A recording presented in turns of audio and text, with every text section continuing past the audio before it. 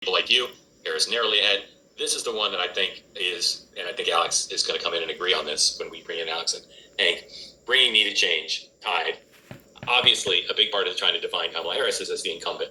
If she's defined as the incumbent, if she's defined as tethered to the the Biden-Harris agenda, her chances of winning will be lower.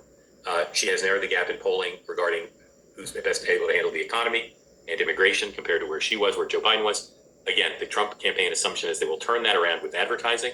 They will turn that around with the debate. They will turn that around with more media scrutiny of Kamala Harris. We shall see about that. Now, I want to show you a video clip from CNN, which is a CNN anchor interviewing a senior official from the Harris campaign.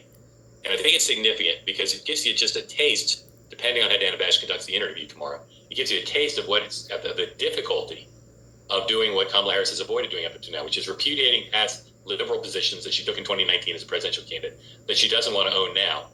And she's repudiated them through anonymous aides, kind of piecemeal, telling different news organizations, yeah, she doesn't believe in the Green New Deal anymore. Yeah, she doesn't want to abolish ICE anymore. Yeah, she's no longer opposed to fracking.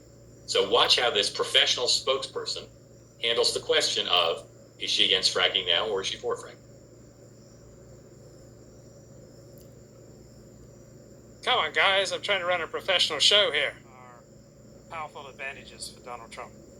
Whereas sort of these real-world third spaces were more balanced than what the opportunities are now. Can't even hear that. I do think, especially for women, like you were saying, men are tending to be the pursuer and not. So no one remembers Kamala as his VP. And if you're a woman who's looking for someone, it's hard to forget. There's a lot of since Kamala was Borders are bragging about Bidenomics and how she was the last one in the room with Joe before he left Afghanistan.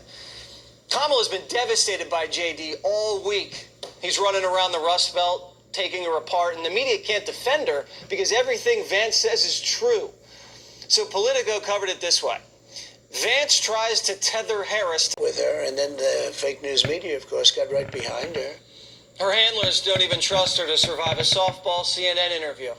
So Coach Walls... They're just people who just don't fit into the spectrum in some way. They're extremely concerned about how is society being fair or unfair to those people. And I think that they can make the claim, like, listen, we were reacting to social setting where anyone outside of the norm. That part of this platform is for learning about what others are thinking who you don't agree with. And sometimes I let people... President Trump didn't do anything today.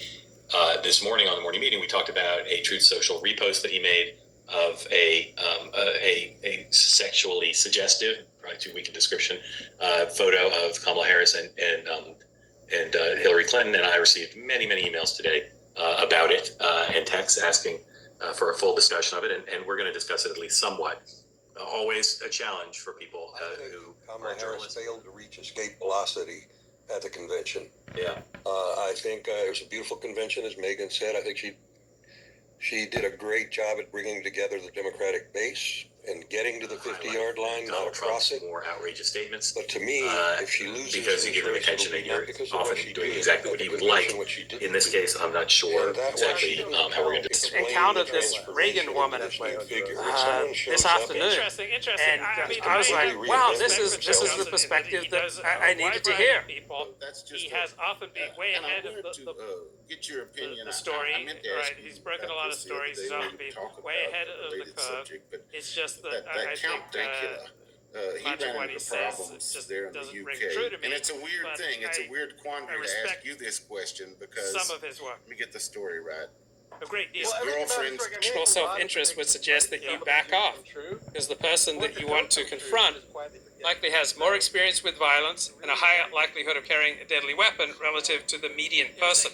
It's not a she. My therapist was a man. And no, she was not calling me a non-player character. She was simply noting something that I was incredibly passive with my life. For example, my therapist would try to encourage me to look for a new job that paid more money.